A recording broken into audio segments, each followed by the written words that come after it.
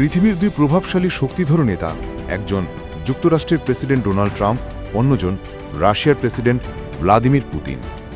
এত বছর ধরে দুই দেশ পরস্পরের দিকে চোখ লাগিয়ে এসেছে।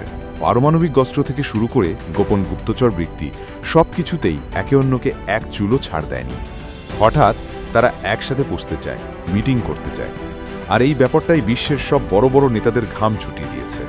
কিন্তু দুই দেশের কেউই একে অন্যের দেশে কখনোই মিটিং করতে চাইবে না, এটাই স্বাভাবিক। এখানে নিরাপত্তাজনিত অনেক কারণ থাকে, তাই শেষমেশ মিটিংটা ফিক্স করা হয় আলাস্কায়। কিন্তু তার থেকেও বড় ব্যাপার, এই মিটিংয়ে দেখা গেছে সব বাস্তব থ্রিলার।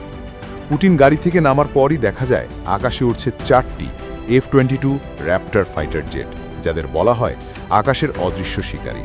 আর তাদের সাথে উঠছিল B-2 স্পিড বোমারু বিমান। বলা হয়েছিল এটা একটা সাধারণ শান্তি আলোচনা মিটিং, যেখানে ইউক্রেন রাশিয়ার যুদ্ধবিরতি নিয়ে আলোচনা করা হবে। কিন্তু আলাস্কার আকাশে দিনভর ঘুরছিল এমন সব যুদ্ধবিমান যা সাধারণত যুদ্ধক্ষেত্রে ব্যবহার করার জন্য বের করা হয়। কেউই বুঝে উঠতে পারছিল না এত শক্তিশালী নিরাপত্তা ব্যবস্থা কেন। আসলে কি তারা একটা শান্তিরক্ষা মিটিংয়ের জন্য এসেছে, নাকি অন্য কিছু? তবে এখানে সবথেকে বড় খেলা দেখিয়েছে রাশিয়া।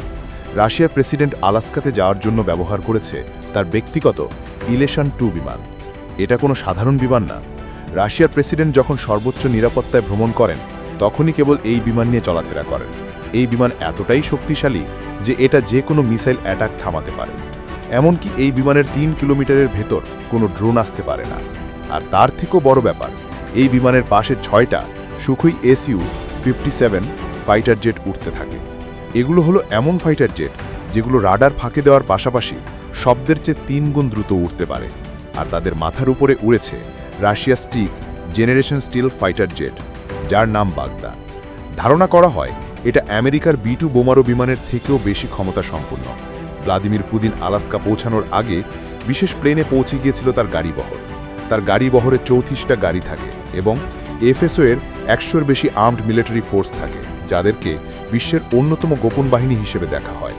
তাদের হাতে থাকে স্নাইপার রাইফেল, আধুনিক ইলেকট্রনিক জ্যামার, এমনকি সম্ভাব্য ড্রোন হামলা ঠেকানোর প্রযুক্তিও।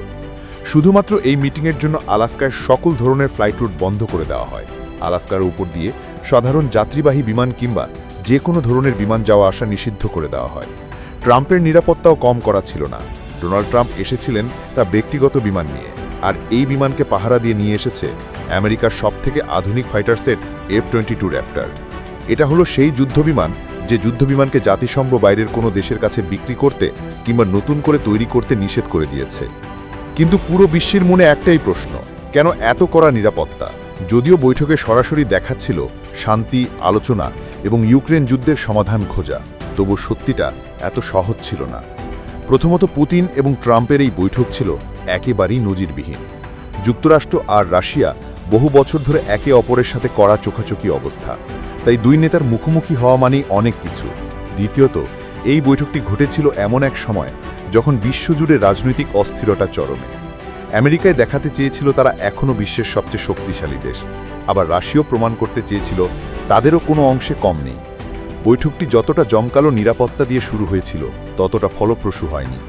কয়েক ঘন্টার আলোচনার পরই ঘোষণা দেওয়া হলো কোনো বড় ধরনের চুক্তি হয়নি। ইউক্রেন ইস্যুতে তারা একমত হতে পারেনি। কিন্তু সবার মনে যে দৃশ্যগুলো সবচেয়ে বেশি ছাপ ফেলেছে তা হলো আলাস্কার আকাশে গর্জন করতে থাকা যুদ্ধবিমান আর পৃথিবীর শক্তিশালী নেতার চারপাশে গড়ে তোলা অবিশ্বাস্য নিরাপত্তা বলয়। 15 আগস্ট 2025 এটি যেন ছিল একটি বাস্তব থ্রিলার মুভি। দুই শক্তিধর দেশ, এক টেবিলের চারদিকে অসীম নিরাপত্তা, আকাশে ভেসে বেড়ানো বোমারু বিমান, আর কোটি মানুষের চোখ ছিল টিভি স্ক্রিনে। এ যেন কেবল একটি বৈঠক ছিল না, বরং এটা ছিল ক্ষমতা এবং প্রতিযোগী প্রদর্শনে এক মাধ্যম মাত্র। ধন্যবাদ।